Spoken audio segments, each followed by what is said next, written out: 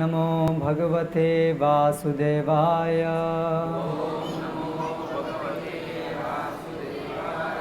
ओम नमो भगवते वासुदेवाय।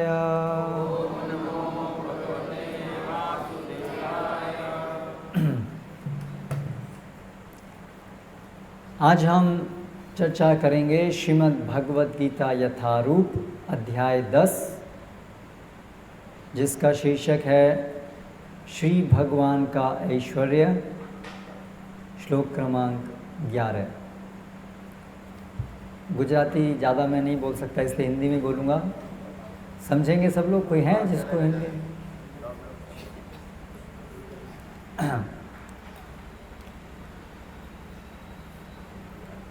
श्लोक क्रमांक 11 अध्याय 10। जिनके पास अपने मोबाइल हैं उसमें देख सकते हैं अगर आप चाहें तो। तेषाम एव अनुकंपार्थम अहम अज्ञानजं तमः नाशयामि आत्मभाव स्थः ज्ञान दीपेन भास्वता तेषामेवानुकंपार्थम्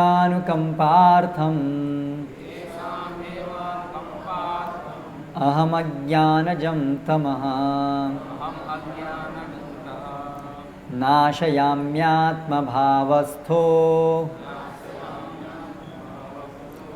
ज्ञानदीपेन भास्वता तेषाम उन पर एव निश्चय ही अनुकंपार्थम विशेष कृपा करने के लिए अहम मैं अज्ञानजम अज्ञान के कारण तमः अंधकार नाशयामि दूर करता हूँ आत्मभाव उनके हृदयों में स्थः स्थित ज्ञान ज्ञान के दीपेन दीपक द्वारा भास्वता प्रकाशमान हुए। अनुवाद एवं तात्पर्य द्वारा कृष्ण कृपा मूर्ति श्री श्रीमद् अभय चरणारविंद भक्ति वेदांत स्वामी श्रील प्रभुपाद। मैं उन पर विशेष कृपा करने के हेतु उनके हृदयों में वास करते हुए ज्ञान के प्रकाशमान दीपक के द्वारा अज्ञानजन्य अंधकार को दूर करता हूँ। तात्पर्य: जब भगवान चैतन्य बनारस में हरे कृष्ण महामंत्र के कीर्तन का प्रवर्तन कर रहे थे तो हजारों लोग उनका अनुसरण कर रहे थे। तत्कालीन बनारस के अत्यंत प्रभावशाली एवं विद्वान प्रकाशानंद सरस्वती उनको भावुक कहकर उनका उपहास करते थे। कभी कभी भक्तों की आलोचना दार्शनिक यह सोचकर करते हैं कि भक्तगण अंधकार में हैं और दार्शनिक दृष्टि से भोले भाले भावुक हैं, किंतु यह तथ्य नहीं है। ऐसे अनेक बड़े बड़े विद्वान पुरुष हैं जिन्होंने भक्ति का दर्शन प्रस्तुत किया है, किंतु यदि कोई भक्त उनके इस साहित्य का या अपने गुरु का लाभ न भी उठाए और यदि वह अपनी भक्ति में एक निष्ठ रहे तो उसके अंतर में कृष्ण स्वयं उसकी सहायता करते हैं। अतः कृष्ण भावनामृत में रत एकनिष्ठ भक्त ज्ञान रहित नहीं हो सकता। इसके लिए इतनी ही योग्यता चाहिए कि वह पूर्ण कृष्ण भावनामृत में रहकर भक्ति संपन्न करता रहे। आधुनिक दार्शनिकों का विचार है कि बिना विवेक के शुद्ध ज्ञान प्राप्त नहीं किया जा सकता। उनके लिए भगवान का उत्तर है, जो लोग शुद्ध भक्ति में रत हैं, भले ही वे पर्याप्त शिक्षित न हों और वैदिक नियमों से पूर्णतया अवगत न हो, किंतु भगवान उनकी सहायता करते ही हैं, जैसा कि इस श्लोक में बताया गया है। भगवान अर्जुन को बताते हैं कि मात्र चिंतन से परम सत्य भगवान को समझ पाना असंभव है, क्योंकि भगवान इतने महान हैं कि कोरे मानसिक प्रयास से उन्हें ना तो जाना जा सकता है, न ही प्राप्त किया जा सकता है। भले ही कोई लाखों वर्षों तक चिंतन करता रहे, किंतु यदि भक्ति नहीं करता, यदि वह परम सत्य का प्रेमी नहीं है, तो उसे कभी भी कृष्ण या परम सत्य समझ में नहीं आएंगे। परम सत्य कृष्ण केवल भक्ति से प्रसन्न होते हैं और अपनी अचिंत्य शक्ति से विशुद्ध भक्त के हृदय में स्वयं प्रकट हो सकते हैं। शुद्ध भक्त के हृदय में तो कृष्ण निरंतर रहते हैं और कृष्ण की उपस्थिति सूर्य के समान है, जिसके द्वारा अज्ञान का अंधकार तुरंत दूर हो जाता है। शुद्ध भक्त पर भगवान की यही विशेष कृपा है। करोड़ों जन्मों के भौतिक संसर्ग के कलमश के कारण मनुष्य का हृदय भौतिकता के मल अर्थात धूलि से आच्छादित हो जाता है, किंतु जब मनुष्य भक्ति में लगता है और निरंतर हरे कृष्ण का जप करता है, तो यह मल तुरंत दूर हो जाता है और उसे शुद्ध ज्ञान प्राप्त होता है।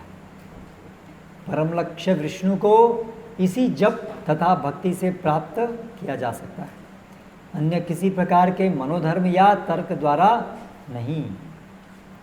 शुद्ध भक्त जीवन की भौतिक आवश्यकताओं के लिए चिंता नहीं करता, न तो उसे कोई और चिंता करने की आवश्यकता है, क्योंकि हृदय से अंधकार हट जाने पर भक्त की प्रेमा भक्ति से प्रसन्न होकर भगवान स्वतः सब कुछ प्रदान करते हैं। यही भगवद गीता का उपदेश सार है। भगवद गीता के अध्ययन से मनुष्य भगवान के शरणागत होकर शुद्ध भक्ति में लग जाता है। जैसे ही भगवान अपने ऊपर भार ले लेते हैं, मनुष्य सारे भौतिक प्रयासों से मुक्त हो जाता है।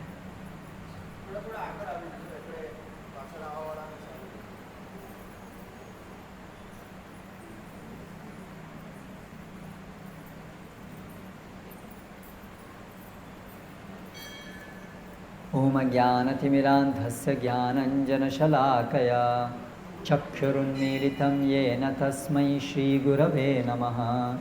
श्रीचैतन्यमनोभीष्टं स्थापितं येन भूतले स्वयं रूपकदा मह्यं ददाति स्वपदान्तिकं। वन्देऽहं श्रीगुरौ श्रितपदकमलं श्रीगुरून् वैष्णवांश्च श्रीरूपं साग्रजातं सहगणरघुनाथान्वितं तं सजीवं साद्वैतं सावधूतं परिजनसहितं कृष्णचैतन्यदेवं श्रीराधाकृष्णपादान् सहगणललिता श्रीविशाखान्वितांश्च। जय श्रीकृष्ण चैतन्य प्रभु नित्यानंद श्री अद्वैत गदाधर श्रीवासादि गौर भक्तवृंद। हरे कृष्णा कृष्ण कृष्ण हरे हरे, हरे राम राम राम हरे हरे। तेषामेवानुकम्पार्थम् अहमज्ञानजं तमः नाशयामि आत्मभावस्थो ज्ञानदीपेन भास्वता।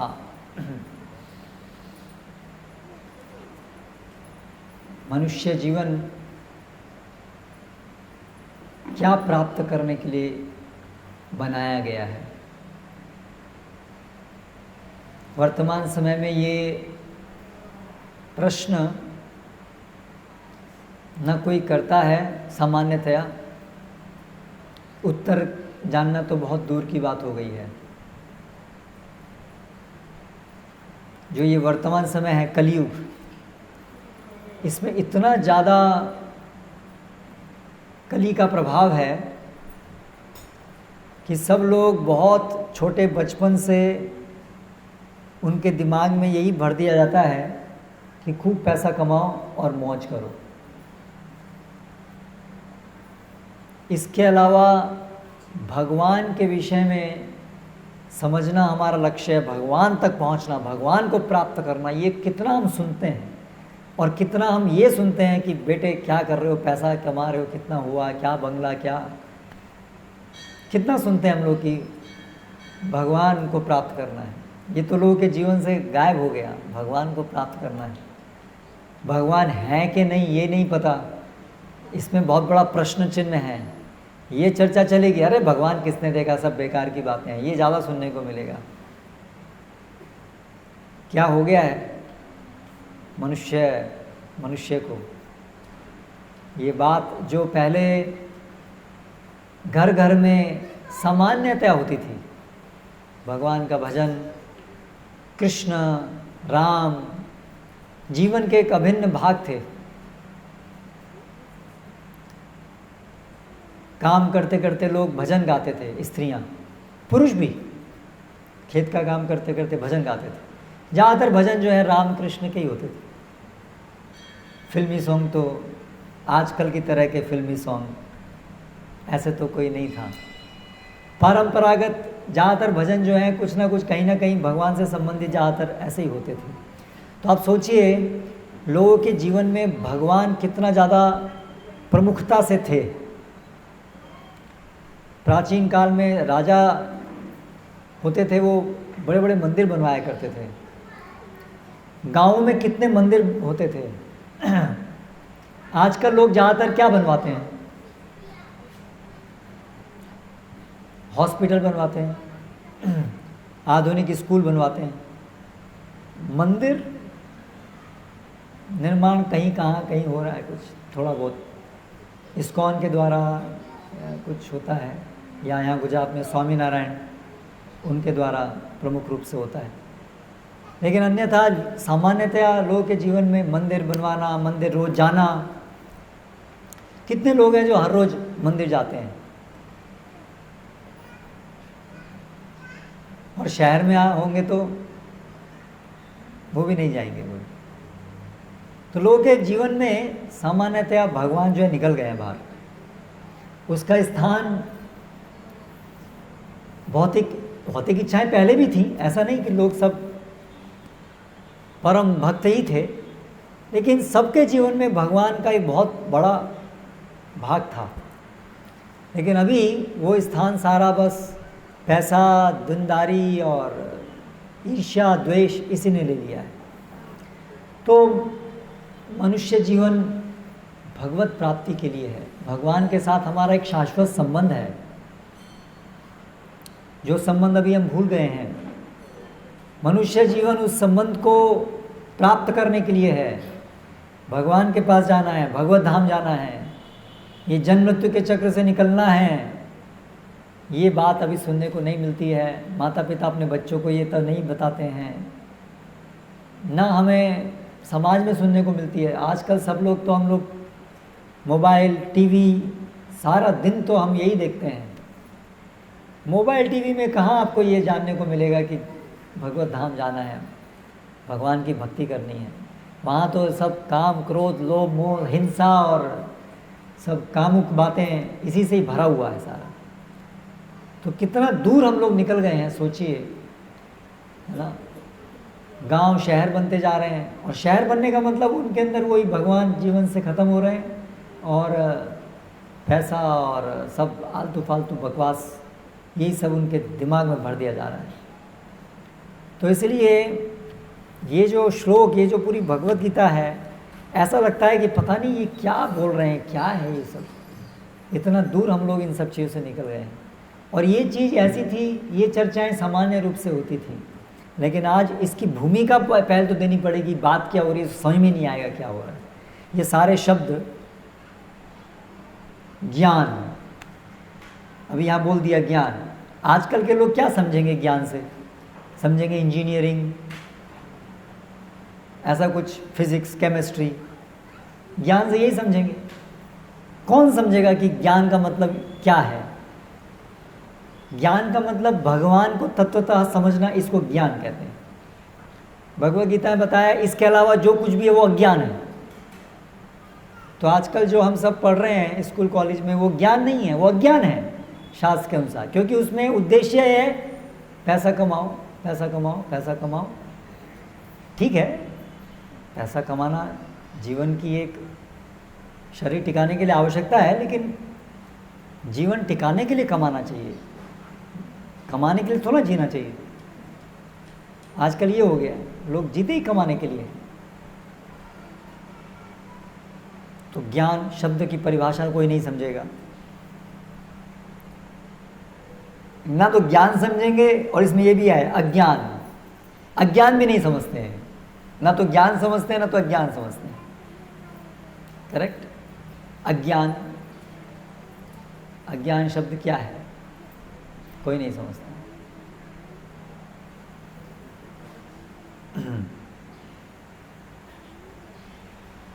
तो ये सब चीज़ें, ये सब ज्ञान आज बहुत दूर निकल गए हैं, लेकिन इसके बिना लोगों का जीवन भी क्या हो गया है।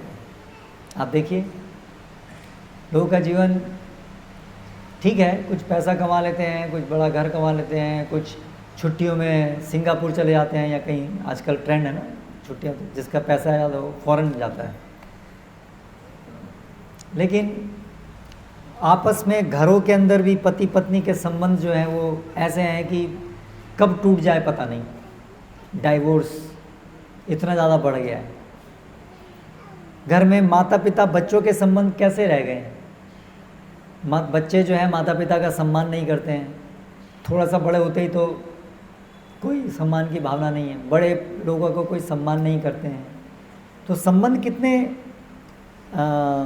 छिछले हो गए हैं, ऊपरी हो गए हैं, बहुत गहरे नहीं हैं। और बूढ़े हो जाते हैं तो उनका ध्यान नहीं रखते हैं बच्चे।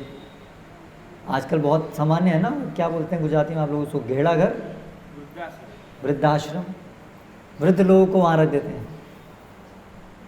तो क्या माता, क्या हम लोग, क्या संबंध रह गया है कि अपने माता पिता को हम लोग वृद्धाश्रम में रख देते हैं और गाय को पांजरपोल में रख देते हैं।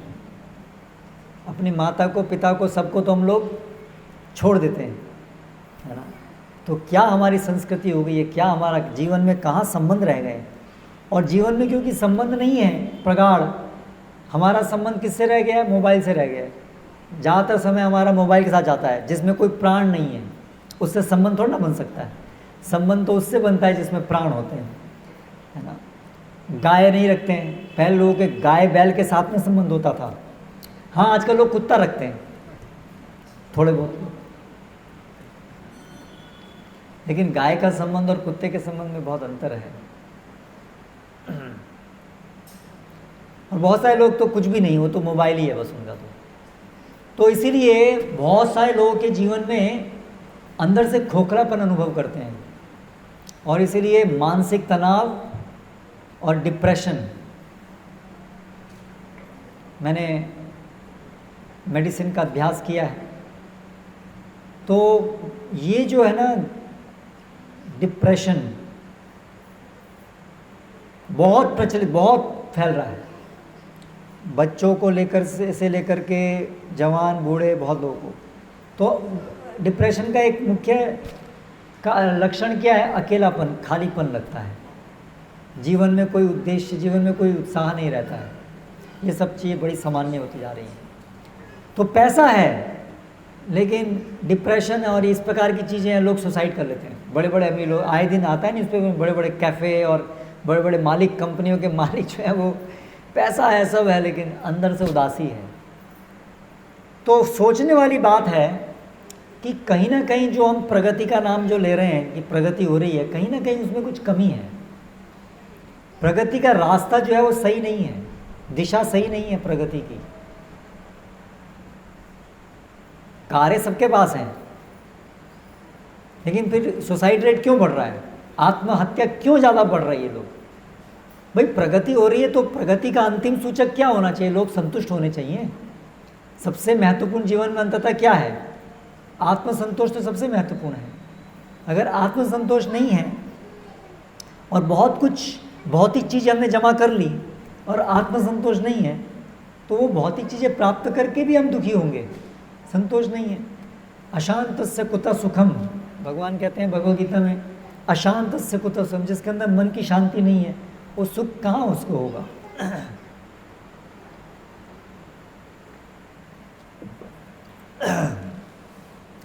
तो विचारणीय बात है, विचार करना चाहिए। हमें जो सिखाया जा रहा है कि ये प्रगति है, ये प्रगति है, आधुनिकता मतलब प्रगति, ऐसा आज बना दिया गया है।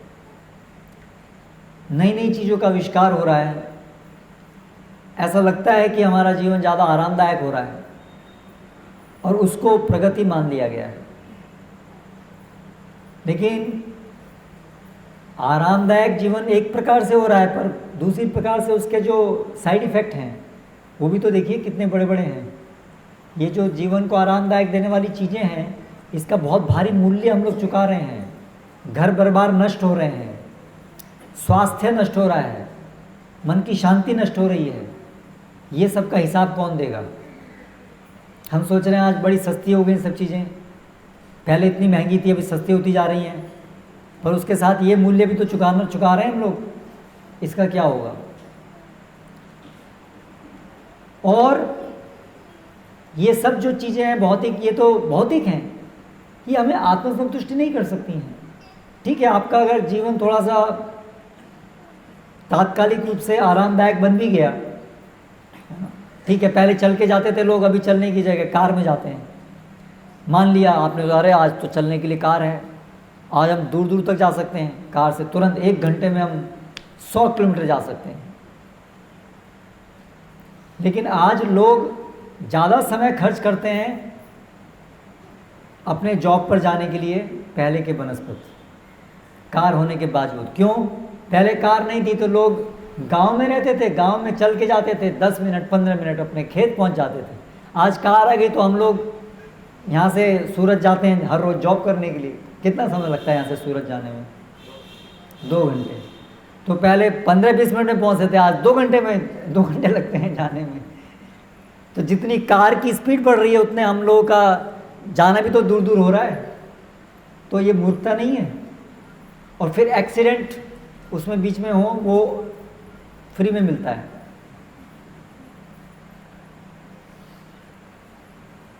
तो ना तो भौतिक सुविधा वास्तव में मिल रही है, और फिर जीवन में भगवान तो गायब ही हो गए। हम लोग इतना ज़्यादा भौतिकता में पैसा पैसा पैसा, और हमें सिखाया भी यही जा रहा है कि भगवान कुछ नहीं है, सब देखो आज तो साइंस विज्ञान ही भगवान है, आपको जीवन में ये दे रहे हैं, ये दे रहे हैं, ये दे रहे हैं।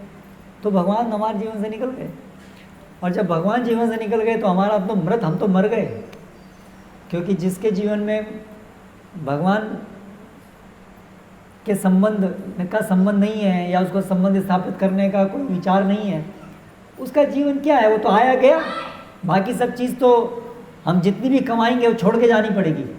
केवल एक ही तो चीज़ है जो हमारे साथ आएगी, भगवान के साथ हमने प्रेम कितना प्राप्त किया, भगवान का साक्षात्कार कितना किया, वही एक चीज़ है जो नित्य है। बाकी सब चीज़ आप देख लीजिए, वो तो सिंपल सामान्य बात है समझना कि वो सब चीज़ जिस दिन हमारे प्राण गए, जिस दिन सांस रुकी, उस दिन ये गाड़ी बंगला सब हमारे से छूट जाएगा, हमको उसको ज़बरदस्ती छोड़ के जाना पड़ेगा, ये यहीं कहीं धरा रह जाएगा। ये कौन सी बड़ी बात है समझना, सब जानते हैं। लेकिन विचार करते हैं क्या? हम जीते तो ऐसे ही जैसे कि सब साथ में लेके जाने वाले हैं, जी तो ऐसे ही रहे हम लोग, ये सब साथ में आएगा। क्योंकि 24 घंटे यही तो काम कर रहे हैं, 24 घंटे इसी का चिंतन कर रहे हैं, इसी के लिए प्रयास कर रहे हैं। भगवान के साथ हमारा संबंध कितना स्थापित हुआ, इसके लिए कौन प्रयास कर रहा है? जीवन में 24 घंटे में कितना घंटे हम इसके लिए देते हैं? घंटे छोड़ी कितना मिनट देते हैं इसके लिए? दिया बित्ती दिखाना ही बंद हो गया आजकल। तो सुबह उठते हैं 8 बजे, नहाया धोया बस, वो भी गांव में लोग नहा रहे हैं, शहर में तो पता नहीं किधर नहाना भी बंद कर दिए लोग। और उठते अपना उठाया बाइक और पहुँचे जॉब में, और सेंट लगा लिया कि बदबू नहीं आए, और फिर पूरा दिन जॉब में आए शाम को, और टीवी भी कुछ देखा दाखा, सो गए, बस ख़त्म काम। तो ऐसा पशुवत जीवन हम लोगों का हो गया है। धिक्कार है ऐसे जीवन में। ऐसे जीवन का क्या मतलब है? पशु भी इतना बिजी नहीं है, जितने हम लोग हैं। तो ऐसे जीवन का कोई फायदा नहीं है, व्यर्थ है। इसीलिए हमें भगवद गीता नियमित सुननी चाहिए, उसके अनुसार जीना चाहिए। रामायण महाभारत यही वास्तव में प्राण है, इसके बिना हमारा जीवन सबका शास्त्र ने बताया है कि वो भूत प्रेत जैसा है। कोई दूसरा आदमी हमको चला रहा है, माया ही हमको चला रही है, हमारे अपना जीवन नहीं है, मरे हुए हम लोग। तो अगर हमें मनुष्य जीवन को सार्थक बनाना है, अगर हम अपने जीवन को व्यर्थ नहीं गंवाना चाहते, तो देखिए जो लोग ऐसा कर रहे हैं, जैसे जैसे बुढ़ापा आता है तो जब उनको ज़्यादा स्पष्ट होता है कि अभी किसी भी दिन छोड़ना है देह, तो वो बहुत अंदर से व्यथित होते हैं, क्योंकि अभी स्पष्ट हो जाता है कि अभी सब कुछ छोड़ना है, तो उस समय अंदर से बहुत व्यथित हो जाते हैं। इसलिए उसको भुलाने के लिए फिर सारा दिन टीवी देखते हैं, कुछ ना कुछ मन बहलाने के लिए कुछ करते हैं, क्योंकि उनको बैकग्राउंड दिमाग में समझ में तो आता है कि अभी कभी भी छोड़ना है। और बड़ी निराश होकर के जीवन छोड़ना पड़ता है, बड़े निराश होकर के छोड़ना पड़ता है। सब कुछ छोड़ के जा रहे हैं, सब कुछ, और ऐसा कुछ नहीं है जो साथ में लेके जाएंगे। तो इसीलिए हमारे शास्त्रों में तो मनुष्य जीवन में कहा गया है, मनुष्य जीवन के लिए कहा गया है कौमारमाचरित प्राज्ञा, 5 वर्ष की आयु से भगवान के विषय में ज्ञान देना शुरू कर देना चाहिए। ये हमारा शास्त्र हमको सिखाता है, ये हमारी वैदिक संस्कृति है ना। और ऐसा कर करके फिर ये धीरे धीरे भगवद गीता, रामायण, ये सब चीज़ें पढ़ें। और ये भगवद गीता जो है वो चरम पूरी शास्त्रों का सार है। और ये आज का जो श्लोक है वो उस सार का भी पूरा सार है। ये 4 श्लोक, ये अंतिम श्लोक है। ये भगवद गीता के 4 ऐसे श्लोक हैं जिसमें पूरी भगवद गीता का सार है। अगर ये 4 श्लोक हम लोग समझ लें, पूरी भगवद गीता समझ ली। पूरी भगवद गीता समझ ली मतलब पूरे शास्त्र समझ लिए। ये 4 श्लोक, तो क्या है इन 4 श्लोकों में? इन 4 श्लोकों में निचोड़ बताया गया है। एक बार दोबारा से ये 4 श्लोक पढ़ता हूँ, इसका अर्थ पढ़ता हूँ। पहला, कृष्ण भगवान कह रहे हैं, मैं समस्त आध्यात्मिक तथा भौतिक जगतों का कारण हूँ। प्रत्येक वस्तु मुझ ही से उद्भूत है। जो बुद्धिमान यह भली भांति जानते हैं वे मेरी प्रेमा भक्ति में लगते हैं और हृदय से पूरी तरह मेरी पूजा में तत्पर होते हैं। तो पहला श्लोक क्या बताता है? भगवान कौन है और भगवान का मतलब क्या है, हमारा भगवान के साथ संबंध क्या है, ये पहला श्लोक बताता है। क्योंकि जब तक जानेंगे नहीं कि भगवान कौन है, तब तक भगवान की भक्ति करना, भगवान को प्राप्त करना तो संभव है ही नहीं। पहले सिद्धांत को समझना पड़ेगा कि हम कौन हैं, भगवान कौन है, हमारा क्या संबंध है। तो ये एक श्लोक में उसका सार रूप में बता दिया। अहम सर्वस्य प्रभवो, भगवान का मतलब वो जो सभी के माता पिता हैं, जिनसे सब कुछ आया है, जो सबसे ऊपर है और जिनके ऊपर कोई नहीं है, जिनके कोई माता पिता नहीं है, क्योंकि सबके माता पिता वो हैं, उसको भगवान कहते हैं। हालांकि भगवान कृष्ण, यशोदा, नंद बाबा इनको अपना माता पिता स्वीकार करते हैं लीला में, लेकिन वास्तव में यशोदा, नंद बाबा सब भी उन्हीं से ही आए हैं। तो वो लीला की बात है, लेकिन तत्व जो है वो यही है कि कृष्ण सबके मूल हैं। न तत्समस अभ्याधिकश्च विद्यते, श्रुति का मंत्र है। उनके समान या उनसे ऊपर कोई नहीं है। तो यहाँ स्पष्ट कहा है, अहम सर्वस्य प्रभव, मैं सबका उद्गम हूँ। मत्तः सर्वम प्रवर्तते, सब कुछ मुझसे ही आता है। तो ये सबसे पहली चीज़ है जानने की। जिसने ये चीज़ नहीं जानी वो भक्ति नहीं कर सकता, और जिसने भक्ति नहीं की वो जीवन उसका व्यर्थ गया। तो ये सबसे पहला श्लोक में बताया, अहम सर्वस्य प्रभु। अब इसके पीछे आप जानने के लिए बहुत विस्तार है। शास्त्रों में सब, भागवतम में, भगवद गीता में सब जगह बड़ा विस्तार से बताया कि कृष्ण कैसे सब चीज़ के उद्गम है। अनेक अनेक अनेक प्रमाण हैं कैसे भगवान जगत का सृजन करते हैं। भागवतम में आप पढ़िए, दूसरे स्कंद में, तीसरे स्कंद में, ये जो यहाँ पर एक शब्द बताया है, एक पंक्ति बताई है, इसके सैकड़ों श्लोक हैं। इस एक पंक्ति को विस्तार से समझाने के लिए सैकड़ों श्लोक हैं। इसका विस्तार जानिए, भागवतम पढ़िए। अहम एवासम एवाग्रे, जब सृष्टि नहीं हुई थी तब कृष्ण कहते हैं मैं अकेला था, न ब्रह्मा न ईशानो, न ब्रह्मा थे न ईश शिव थे। सृष्टि से पहले केवल एक विष्णु या कृष्ण या राम, ये सब एक ही हैं, यही केवल थे सृष्टि से पहले। फिर उन्होंने धीरे धीरे अपनी जो ये बहिरंगा शक्ति है उसके द्वारा ये सब सृजन किया। सब विस्तार से बताया है, पढ़िए उसको। उसका सार यहाँ बता दिया, अहम सर्वस्य प्रभव मत्तः सर्वम प्रवर्तते इति मत्वा, ये जान करके, भजन्ते माम, मेरा भजन करते हैं।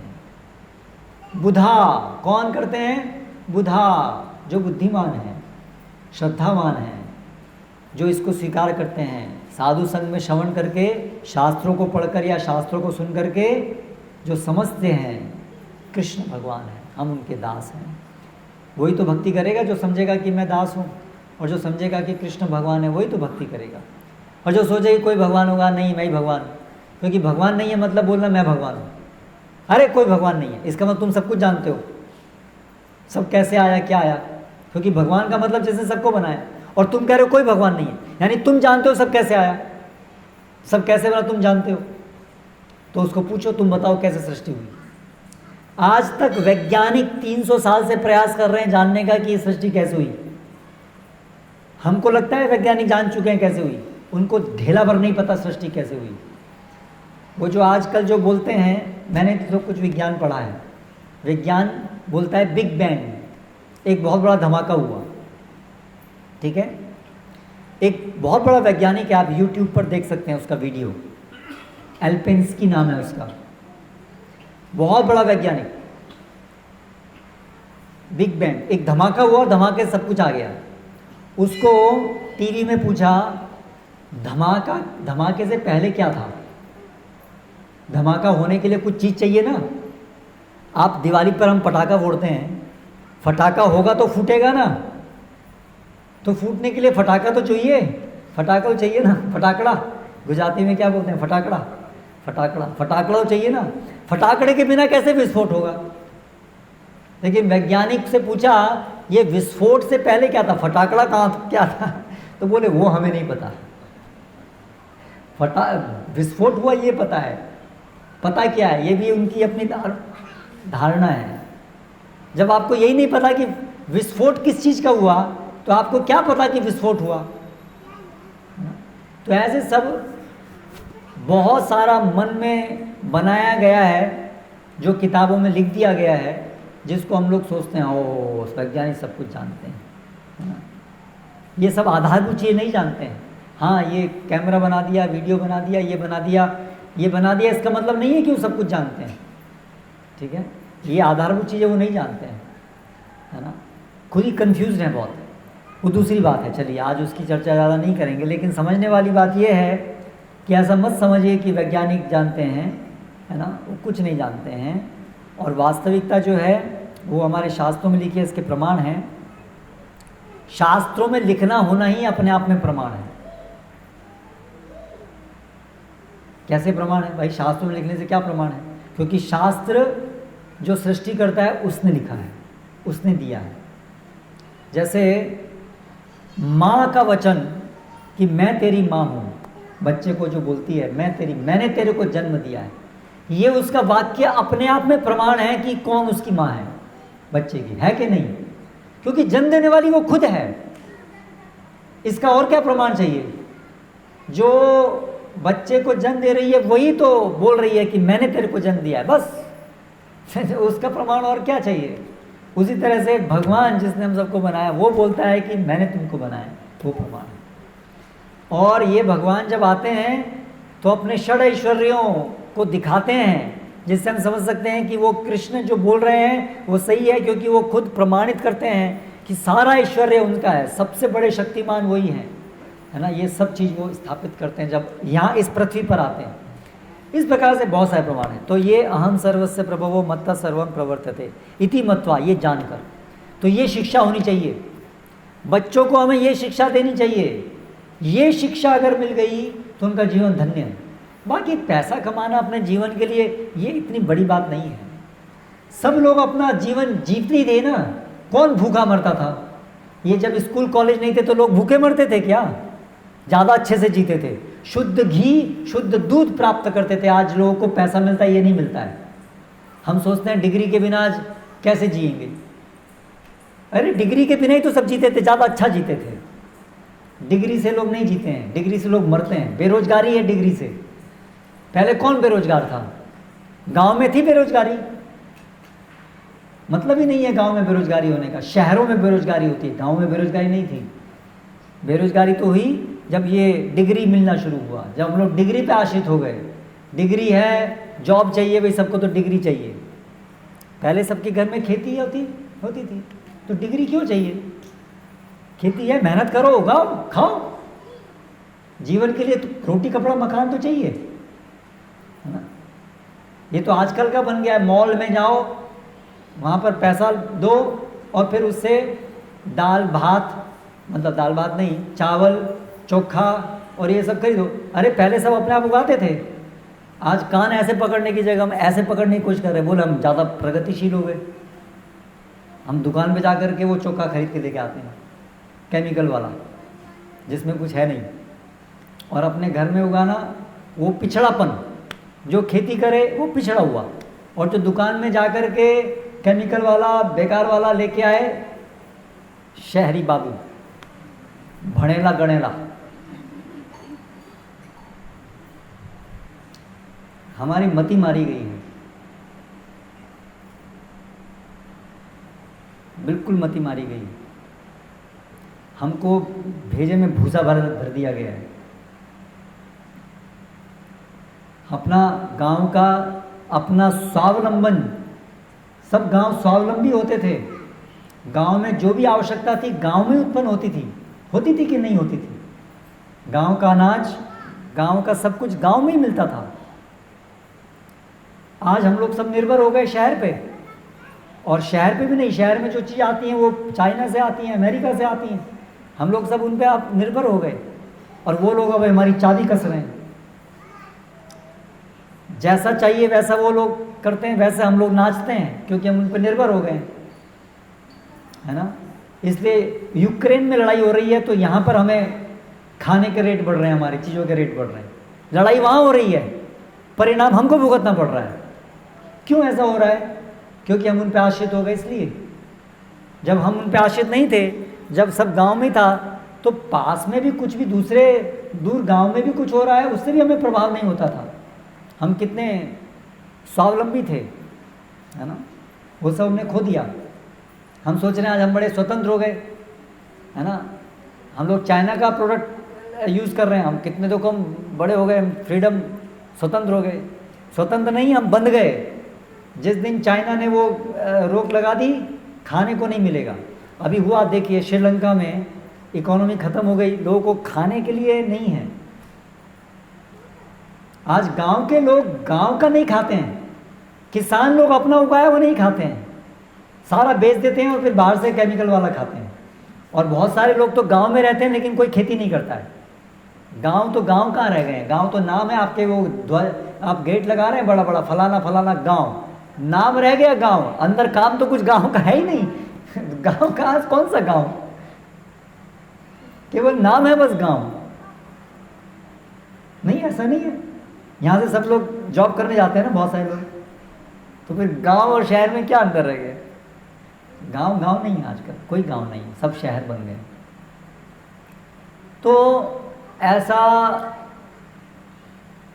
जीवन हमारा ये सब हो गया है, और फिर उसमें कहाँ भक्ति, कहाँ भगवान, कहाँ ये सब जीवन रहेगा, है ना। तो ये जब हम ये चर्चा करते हैं, अभी ये समझ में नहीं आता कि ये चर्चा कैसे करें। आजकल लोगों को आधारभूत चीज़ नहीं पता, ये सब कहाँ से पता लगेगा? ज्ञान, अज्ञान। वास्तव में हम लोग अज्ञानी हैं।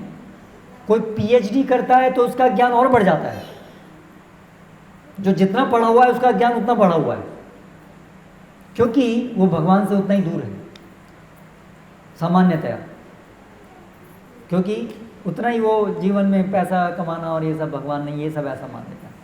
लेकिन अज्ञानता है उसमें। क्यों अज्ञानता है? अज्ञानता का मतलब होता है कर्म फल। हम जो पूर्व जन्मों में बहुत सारे जो कर्म करते हैं ना, किए हैं, उसके जो परिणाम होते हैं, उसकी वजह से हमारा जन्म मृत्यु का चक्र बनता है। हमें एक एक शरीर मिलता है। ये शरीर हमें क्यों मिला है? चंद्रमा पे पहुंचने की सोच रहे हैं, बोलते हैं चंद्रमा में चले गए, मार्स में जाने के लिए बोलते हैं। ये शरीर क्यों मिला, मरने के बाद क्या होगा, ये नहीं पता है। मार्स पे जाएंगे, मार्स पे जाके क्या कर लोगे आप? यहाँ जो पहले तो पृथ्वी पूरी खराब कर दी है ना, पीने को पानी नहीं, सूंघने को श्वास लेने के लिए शुद्ध हवा नहीं है ना, वो कम है। अभी मार्स में जाके मार्स को खराब करेंगे, ठीक है। लेकिन आधारभूत चीज़ नहीं पता कि ये जन्म मृत्यु का चक्र क्यों चल रहा है। क्यों? मरने को रोको ना। मार्स पे क्यों जा रहे हो?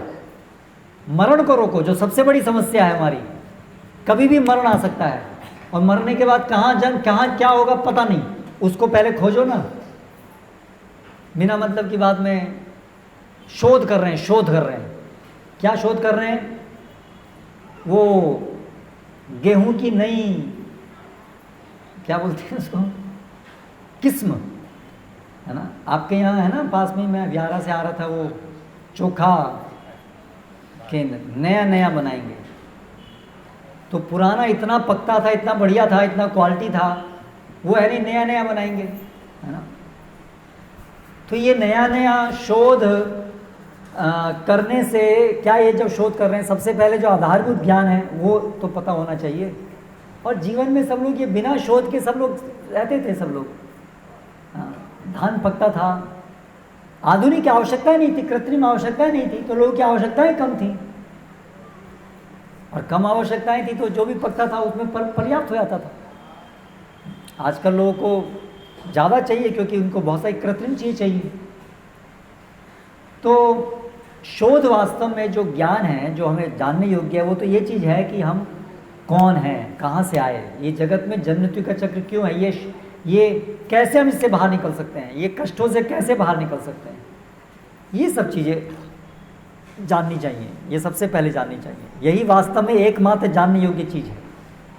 बाकी जीवन में शरीर कैसे टिकाना है, भौतिक सुख कैसे आएगा। अभी लोग बोले भाई शरीर टिकाना ही थोड़ा होता है, मैं भौतिक आनंद लेना है।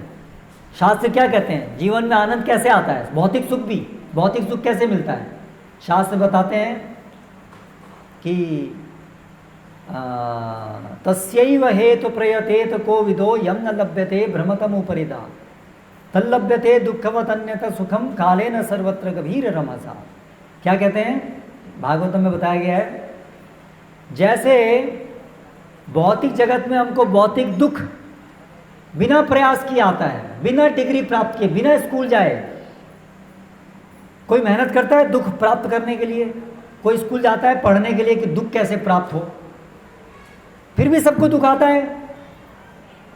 तो शास्त्र कहते हैं जैसे दुख बिना प्रयास किए आता है, ऐसे सुख भी आपको जो मिलना है वो ऐसे ही आएगा। क्योंकि दुख कैसे आता है, कर्म फल से आता है। उसी प्रकार से सुख भी कैसे आता है, कर्म फल से ही आता है। केवल इस जीवन में प्रयास करने से काम नहीं चलेगा। पूर्व कर्म में, पूर्व जन्मों में जो कर्म किए उसके अनुसार इस जीवन के सुख दुख मिलते हैं। इस जीवन में जो कर रहे हैं वो आगे काम आएगा। लेकिन इस जीवन के जो सुख दुख हैं वो ज़्यादातर जो हमने पहले किए हैं उसी के अनुसार मिलना है। हाँ, इस जीवन का कर्म भी, उसका भी भाग है जो वर्तमान में कर रहे हैं, लेकिन ज़्यादा जो भाग है वो किसका है, पूर्व का। क्योंकि पूर्व में तो बहुत साल, बहुत जन्मों में हमने कर्म किया है, वो फल इकट्ठा हो गए हैं। इस जीवन के तो बहुत थोड़ा सा कर्म का फल है। इसीलिए आप देखिए भाग्य बहुत बड़ी चीज़ होती है। एक मार्केट के अंदर दो लोग दुकान खोलते हैं, एक की चलती है एक की नहीं चलती है, पैसा कमाते हैं लेकिन गायब भी जाता है। अगर भाग्य में नहीं है उसको भोगना तो कमाएंगे भी और जाएगा भी, है ना। एक तरीके से हम सुख मिलेगा, लेकिन दुख भोगना है तो दूसरे से दुख मिल जाएगा। किसी के पास बहुत पैसा है लेकिन बच्चा जो है वो आवारा हो गया है, उसके जीवन में दुख भोगना लिखा था, कैसे न कैसे वो दुख आएगा उसके पास। किसी का परिवार बहुत अच्छा है लेकिन बीमारी है, देख लीजिए आप, कुछ ना कुछ तरीके से आएगा। तो इसीलिए शास्त्र क्या कहते हैं, अरे भाई जो भौतिक सुख आना है ठीक है, इस जीवन में कुछ ना कुछ जो भी अपना नियत कर्म है वो करना होता है, वो ठीक है। उसको प्राप्त करने की जो पूरी श्रृंखला है उसको पूरा करने के लिए इस जीवन में कुछ करना होता है, ठीक है, ठीक है। तो जीवन में 6 घंटे 7 घंटे मैक्सिमम 8 घंटे प्रयास करना चाहिए, लेकिन मिलेगा उतना ही जो भाग्य के अनुसार मिलना है, उससे ज़्यादा नहीं मिलेगा, थोड़ा बहुत ऊपर नीचे होगा। बहुत आप 8 घंटे की जगह 12 घंटे भी काम कर लेंगे तो ऐसा नहीं कि उसके अनुसार आपको बहुत ज़्यादा सुख मिल जाएगा। जो भौतिक सुख कर्म फल के अनुसार है उतना ही मिलेगा। इसीलिए जीवन में मेहनत इस शरीर टिकाने के लिए करनी चाहिए, 6-7 घंटे मैक्सिमम 8 घंटे करनी चाहिए। लेकिन जो करने योग्य है वो ये चीज़ है जो हमारे हाथ में है, जो कर्म फल से नहीं मिलती है, जो आपके हाथ में है। वो क्या है, वो है भगवान की भक्ति। वो कर्म फल से नहीं मिलती है, वो हमारी इच्छा से हमारे प्रयास से मिलती है। कई बार लोग ऐसा बोलते हैं ना, भाग्य में होगा तो मंदिर जाएंगे, आपकी इच्छा होगी तो आप मंदिर जाएंगे, आप समझ रहे हैं तो आप मंदिर जाएंगे, नहीं तो नहीं जाएंगे आप। इसलिए भक्ति जो होती है वो हमें इस जीवन में अपनी विवेक बुद्धि से समझ करके, अगर हम समझ रहे हैं कि मुझे भक्ति करनी चाहिए तो हम करेंगे भक्ति। हाँ, भाग्य से भक्ति करने के लिए अनुकूल वातावरण प्राप्त होगा वो अलग बात है। घर में भौतिक सुख सुविधा है तो आसानी से आप भक्ति करने के लिए अनुकूल वातावरण उपस्थित होगा, और अगर भाग्य खराब है तो कुछ भौतिक दुख मिलेंगे तो थोड़ा कष्ट होगा, लेकिन वो सुख दुख हमारी भक्ति में रुकावट नहीं बन सकते अगर हम दृढ़ संकल्प हैं भक्ति करने के लिए। तो इसीलिए अगर जीवन में कुछ हमारे हाथ में है तो वो है भक्ति, भगवान को प्राप्त करना। अगर हमारे जीवन में कोई एक चीज़ हमारे हाथ में है तो वो यही है, भगवान के साथ संबंध स्थापित करना, भगवान को प्राप्त करना। बाकी यानी कि जन्म मृत्यु के चक्र से निकल जाना। भगवान को प्राप्त करने का मतलब क्या है, हमेशा हमेशा के लिए जन्म मृत्यु के चक्र से निकल जाना। भगवान बताते हैं शास्त्रों में, भगवद गीता में, माम उपेत्य पुनर्जन्म दुःखालयम शाश्वतम नाप्नुवन्ति महात्मानः संसिद्धिं परमां गताः। जो मेरी भक्ति करके सिद्धि प्राप्त करता है उसको दोबारा इस भौतिक जगत के अंदर नहीं आना पड़ता है, वो मेरे धाम आता है। तो आध्यात्मिक जगत है, वैकुंठ जगत है, जहाँ से हम आए हैं वही हमारा घर है। हम यहाँ भटक रहे हैं, ये जेल है जिसको हम अपना घर माने बैठे हैं और जेल को सजा रहे हैं। अरे भाई, जेल को क्यों सजाना, जेल से बाहर निकलने का प्रोग्राम बनाइए, है ना। वो बाहर बनाने का प्रोग्राम है ये शास्त्र, भगवद गीता, ये हरे कृष्ण मार्ग। उसमें भी शास्त्रों में अलग अलग प्रकार के मार्ग दिए हैं, उसमें बड़ा सरल मार्ग और कलयुग के लिए जो विशेष एकमात्र मार्ग है कलयुग में वो है भगवान की शुद्ध भक्ति। ज्ञान मार्ग भी है, लेकिन वो भी अंत में भक्ति ही करने पर आता है, और कलयुग में वो क्रमिक मार्ग संभव नहीं है। कलयुग में जो संभव है भगवान को प्राप्त करना, उसका जो एकमात्र उपाय है वो है ये भक्ति मार्ग।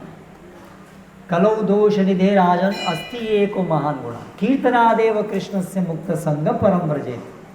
अलग अलग सभी जगह शास्त्रों में एक मत से बताया गया है, कलयुग में भगवत प्राप्ति का, भगवान को पूर्ण रूप से समझने का उपाय है, संभव उपाय, एकमात्र उपाय है भक्ति। और भक्ति का केंद्र है नाम, भगवान के दिव्य नामों का श्रवण और कीर्तन। भक्ति मुख्य रूप से 9 अंग हैं भक्ति के, श्रवण कीर्तन विष्णु स्मरणम अर्चनम वंदनम दास्यम सख्यम आत्मनिवेदनम इत्यादि। उसमें भी सबसे जो महत्वपूर्ण है वो है भगवान नाम का श्रवण और कीर्तन। कली केवल नाम आधार, नाम पे आधारित है कलयुग। इसीलिए ये जो आंदोलन है इस्कॉन हरे कृष्ण आंदोलन, ये कोई नया आंदोलन, नई चीज़ नहीं है। ये वही हमारे शास्त्र का ज्ञान जो परंपरा से चला आ रहा है हजारों साल से। व्यासदेव है ना, पहले भगवान श्री कृष्ण, ब्रह्मा, व्यासदेव, चैतन्य महाप्रभु, ऐसे मान आचार्य, और फिर शिला प्रभुपाद वर्तमान आचार्य, उन्होंने ये इसको इस्कॉन के रूप में वही पुरानी चीज़ हमको दी है ना। तो ये चैतन्य महाप्रभु 500 वर्ष पहले, स्वयं कृष्ण 500 वर्ष पहले ये संकीर्तन आंदोलन दिए। भगवान जो है हमें ये संकीर्तन दिए। संकीर्तन मतलब बहुमिलित्वा, बहुत से लोग मिलकर के तेज ध्वनि से, वाद्यों के साथ, मृदंग करताल के साथ भगवान के दिव्य नामों को जब लेते हैं, विशेष रूप से ये महामंत्र हरे कृष्णा कृष्ण कृष्ण हरे हरे, हरे राम राम राम हरे हरे, ऐसे लेते हैं तो उनका सारा हृदय का कल्मश खत्म हो जाता है, सारी अज्ञानता खत्म हो जाती है। अज्ञानता मतलब ये जो कर्म फल जो हमारे हृदय में वासनाओं के रूप में पड़े हुए हैं, जिसकी वजह से हमारे अंदर ये भौतिक जगत के प्रति आसक्ति बनती है और हमारे बार बार हमें जन्म लेना पड़ता है, वो उसे कहते हैं अज्ञानता। कर्म फल, सूक्ष्म रूप में जो कर्म फल होते हैं वो उसे कहते हैं अज्ञानता, जिसकी वजह से हमारा भगवान में रुचि नहीं बनती है, भगवान की सेवा में रुचि नहीं होती है, भौतिक जगत में भोग करने की रुचि होती है, उसे कहते हैं अज्ञानता। ये अज्ञानता को अगर हम हटाना चाहते हैं, क्योंकि जब तक अज्ञानता रहेगी, जब तक इस भौतिक जगत में आसक्ति रहेगी, तब तक जन्म मृत्यु का चक्र चलता ही रहेगा, चलता रहेगा, चलता रहेगा, चलता रहेगा। और जन्म मृत्यु के चक्र में ऐसा नहीं कि हमेशा मनुष्य जीवन मिलेगा, कभी कुत्ता, कभी बिल्ली, कभी सांप, कभी छिपकली, कभी पौधा, ये सब भी होगा। तो ये अज्ञानता से होगा। इस अज्ञानता का निवारण इस कलयुग में यदि हमें करना है तो उसका एकमात्र उपाय है भगवान की भक्ति, जिसका आरंभ होता है भगवान के भक्तों से सुनने से। क्या सुनना है? भगवान के भक्त क्या सुनाते हैं? भगवान के बारे में सुनाते हैं, भगवान का नाम सुनाते हैं। तो भगवान के बारे में सुनना है। भगवान के बारे में सुनना भी दो प्रकार से, भगवान का निर्देश सुनना है, भगवान का निर्देश मतलब भगवद गीता, और भगवान की लीलाएं सुननी है मतलब श्रीमद् भागवतम, और भगवान का नाम सुनना है, ये जो हरे कृष्ण महामंत्र है। बस ये तीन चीज़ हैं जो सुननी है। तो भगवान का नाम कैसे सुनेंगे? आप खुद भगवान का नाम उच्चारण कीजिए, और जब जब मौका मिले, जहाँ भगवान के महान भक्त भगवान का कीर्तन कर रहे हैं, नाम कीर्तन, नाम का उच्चारण कर रहे हैं, वहाँ भाग लीजिए। जैसे हमारे हर कार्यक्रम में ये कीर्तन होता है, तो उसमें आप भाग लीजिए, और अपने घर में जाकर के हर रोज कीर्तन कीजिए। परिवार के सब लोग बैठिए, मोबाइल स्विच ऑफ कर दीजिए, क्योंकि मोबाइल रहेगा तो सब मोबाइल देखते रहेंगे। पति बैठा है, पत्नी बैठी है, बच्चे बैठे हैं, सब अपना मोबाइल, आपस में बात नहीं कर रहे, सब मोबाइल में, आपस में बातचीत करना बंद, मोबाइल में बैठे। उसको मोबाइल को कम से कम थोड़ी देर के लिए साइड में रख दीजिए, स्विच ऑफ कर दीजिए, नहीं तो फ़ोन आएंगे, आपके नोटिफिकेशन आएंगे, है ना, आप लोग का ध्यान वहीं जाएगा, क्या हो रहा है, क्या हो रहा है, क्या हो रहा है। तो उसकी जगह मोबाइल बंद रखिए और बैठिए। शाम को कम से कम शाम के टाइम में सोने से पहले बैठिए, टीवी और ये सब में सीरियल नहीं देखिए, और मिल करके हरे कृष्ण कीर्तन कीजिए, और फिर देखिए आपके घर का क्या हाल होता है, वैकुंठ बन जाएगा घर। घर के अंदर के कलह भी खत्म हो जाएंगे, यदि पत्नी पत्नी में लड़ाई होती है वो भी खत्म हो जाएगी। करके देखिए आप इसको, है ना। और फिर थोड़ा सा समय ये भगवद गीता पढ़िए मिल करके। आजकल सत्संग ऐसे नहीं होते हैं हर रोज नियमित रूप से, तो घर में बैठ के पढ़िए, रामायण पढ़िए, भगवान राम की कथा पढ़िए। टीवी में क्या देख रहे हैं? सास बहू के झगड़े। अरे उसकी जगह भगवान राम और सीता और इनके महान चरित्र को पढ़िए, सुनिए, उससे लाभ होगा सबका। ये घर के झगड़े ये सब तो देखने से क्या लाभ होगा? काम क्रोध लोभ मोह और बढ़ेगा, झगड़े नहीं होंगे तो होने शुरू होंगे। यही हो रहा है देख करके। उसमें सब कचरा, पूरे संसार का कचरा हम लोग अपने ड्राइंग रूम में रखते हैं और उससे हमारे दिमाग में जाता है। ये सबसे बड़ी सबसे बड़ा समय का नाश है और हमारे चरित्र का नाश है, हमारे मन का नाश है ये स्मार्टफोन। तो अगर आप अपने जीवन में कोई भला चाहते हैं तो स्मार्टफोन को ऐसा कुछ टाइम होना चाहिए जब वो स्मार्टफोन बंद हो। कम से कम कुछ समय तो ऐसा रखिए। अरे जिसको फ़ोन करना है कल करेगा, कल कर लेंगे, क्या हो गया, मर नहीं जाएंगे। आज से हम लोग 30 साल पहले अच्छे जीते थे बिना स्मार्टफोन के। विश्वास रखिए कि हम जी सकते हैं बिना स्मार्टफोन के। अगर स्मार्टफोन बंद हो गया तो प्रलय नहीं आ जाएगी। आजकल लोग ऐसे ही सोचते हैं अगर कुछ बंद हो गया स्मार्टफोन तो क्या हो जाएगा, पता नहीं, जीवन कैसे चलेगा। तो कुछ समय के लिए इसको बंद रख सकते हैं आप लोग। बंद रख करके ये हरे कृष्ण महामंत्र कीजिए, कीर्तन कीजिए और रामायण भगवद गीता पढ़िए। तो सार रूप में यही हम आपसे कहना चाहते हैं, गांवों को फिर से गांव बनाइए। गांव में खेती हो, गाय हो, गोपालन हो, बैलों से खेती हो और गांव की आवश्यकताएं गांव में पूरी हों। जो मैं कह रहा हूँ बड़ा क्रांतिकारी लगेगा आपको, ये कैसे संभव है। संभव था, सब ऐसे ही जीते थे ना, इसमें क्या बड़ी बात है, आज भी संभव है। हम ऐसे ही प्रयोग कर रहे हैं, हम ऐसे ही गांव बना रहे हैं। आप लोग के लिए ज़्यादा सरल है, आप लोग तो अभी ज़्यादा नहीं भूले हैं, याद है, फिर भी कुछ नाता है, कुछ ज़मीन से और गायों से अभी भी कुछ नाता है, तो आप लोग के ज़्यादा सरल है। तो ऐसा हम चाहते हैं कि एक क्रांति आए जिसमें गांव दोबारा से गांव बने और समृद्ध होंगे गांव। ये प्लास्टिक से गांव समृद्ध नहीं होते हैं। शुद्ध दूध, घी, ये है समृद्धि। ये प्लास्टिक की कार ले लेकर के समृद्धि नहीं होती है, ये समृद्धि नहीं है। समृद्धि है घर में खूब अनाज हो, खूब दूध हो, है ना, और मन की शांति हो और केंद्र में भजन हो भगवान का, इसे कहते हैं समृद्धि। और ये प्लास्टिक और ये सब घर में कला कला कला मतलब लड़ाई झगड़ा, ये क्या समृद्धि है, ना खाने को ना मन की शांति, ये क्या है। तो ऐसा हम चाहते हैं कि क्रांति आए। तो आप लोग अगर हमारे साथ जुड़ेंगे तो ये सब विचार शास्त्रों में है। हमारे महान आचार्य श्रील प्रभुपाद ने ये सब विचार कैसे करना है ये सब हमें दिया है मार्गदर्शन, केवल उसे हमें अभी करके दिखाना है।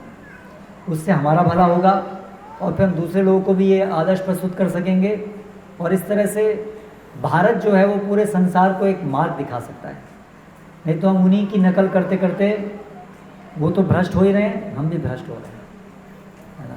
और हमारी आने वाली पीढ़ी और ख़राब है और ख़राब होती जा रही है। तो इसलिए अगर हमें अपने बच्चों को, आगे पीढ़ी को संभालना है तो हमें दोबारा से संस्कृति को पुनर्जागृत करना होगा, हमारी वैदिक संस्कृति को और वैदिक शास्त्रों के ज्ञान को। ठीक है, इसके साथ समाप्त करते हैं। सोचिए, विचार कीजिए, कम से कम नियमित सत्संग में आइए, दे दे सुन करके सब विचार बलिष्ठ होंगे। हरे कृष्ण। श्रीमद् भगवद गीता की जय, श्रील प्रभुपाद की जय। हरे कृष्ण। प्रश्न, कोई प्रश्न है किसी का इस संदर्भ में या आध्यात्मिक जीवन में कोई भी संदर्भ में कोई प्रश्न है?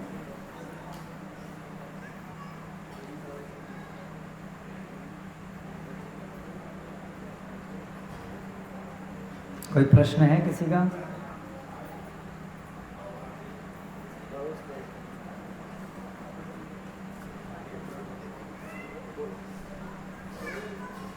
पढ़ेगा तो ही पता चलेगा मनुष्य जन्म को अभी दुर्लभ मिला है। तो मैं छोटे वाली नहीं એટલે કમેન્ટ છે કે ભગવદ્ગીતા તો વાંચવું જ પડશે એને हाँ हाँ पता नहीं चलेगा, नहीं चलेगा। इसलिए सबसे पहले सुनना, भगवद गीता पढ़ना, भगवद गीता जहाँ बोली जा रही है भक्तों के द्वारा उसको सुनना, बराबर છે। इसलिए વાંચવું જોઈએ, બધા પાસે ભગવદ ગીતા હોવું જોઈએ અને એને વાંચવું જોઈએ। नहीं, 16 माला, सही बात है, 16 माला करिए पर साथ साथ पढ़िए, तभी माला में मन लगेगा, माला करने का प्रयोजन पता चलेगा। तो इसलिए सबसे पहले पढ़ना और फिर थोड़ा समय समझने के बाद में फिर माला शुरू करना, सही बात। हरे कृष्णा। उनका प्रश्न है कि ऐसा देखने में आता है जो भक्ति करते हैं उसको कष्ट कभी ऐसा देखते हैं कि ज़्यादा मिलता है। ऐसा जो भक्ति करते हैं उनको कष्ट ज़्यादा मिलता है, दूसरों को ऐसा लगता है। लेकिन जो वास्तव में भक्त होते हैं उनको उस कष्ट में भी आनंद मिलता है, क्योंकि वो जो कष्ट है वो भगवान उनके सारे कर्म फल खत्म कर रहे होते हैं, और वो भगवान की भक्ति में इतने मग्न रहते हैं, भगवान के साथ उनका संबंध होता है ना, तो उनको तो शरीर, वो तो जान जाते हैं कि हम शरीर नहीं हैं, तो कष्ट जो होता है वो तो शरीर से संबंधित होता है ना, तो उनका तो आत्मा भगवान में रमा हुआ है, इसलिए शरीर का कष्ट उनको कष्ट नहीं लगता है, इसलिए वो कष्ट में नहीं होते हैं। बाहर के लोगों को लगता है, अरे जैसे आप देखिए तुकाराम थे, ऐसे महान भक्त देख लीजिए, बाह्य रूप से गरीबी थी, लेकिन गरीबी में भी वो भगवान के भजन, भगवान की भक्ति में परम आनंद में थे। इसलिए भक्त कभी दुखी नहीं होता है वास्तव में, दूसरों को ऐसा लगता है। जो आरंभिक, जो भी नए हैं, उनको ऐसा लग सकता है कि हम कष्ट में हैं, लेकिन जो भक्त है, जो वास्तव में भक्त है, वो हमेशा आनंद में रहता है। सुखे दुखे बोलो हरि, सुख है कि दुख है, उसमें दोनों में वो भजन ही करता है, मस्त रहता है। बराबर છે?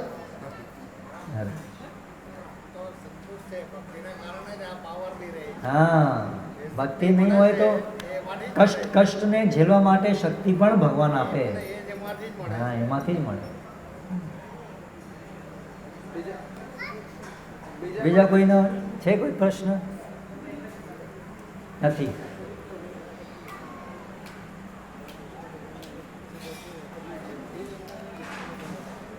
શું છે? कुछ ऐसा भागवतम में देखते हैं कि भगवान के पार्षद ही भगवान के दुश्मन बनते हैं। अच्छा, भगवान के पार्षद ही भगवान के दुश्मन बनते हैं, ऐसा कभी कभी लीला में आता है। तो वो भगवान जब लड़ना चाहते हैं, क्योंकि भगवान, लड़ने की इच्छा कहाँ से आई हमें? सब चीज़ तो भगवान में है, तभी तो हमारे अंदर आई। तो भगवान के अंदर भी इच्छा होती है लड़ें, लड़ने में एक आनंद है। क्षत्रिय होते थे, हाँ, लड़ते थे। जैसे किसान है, उसको खेती करने में एक मज़ा आता है ना, वैसे जो क्षत्रिय होता है उसको लड़ाई में मज़ा आता है। तो भगवान, ये भी एक रस है, लेकिन भगवान के साथ कौन लड़ेगा? तो भगवान अपने जो पार्षद होते हैं उनको, चल भाई, नाटक की तरह से, नाटक, चल तू मेरा दुश्मन बन जा, इस तरह से, ऐसे, ठीक है ना? हरे कृष्णा, हरे कृष्णा, कृष्णा कृष्णा, हरे हरे, हरे राम, राम राम, हरे हरे।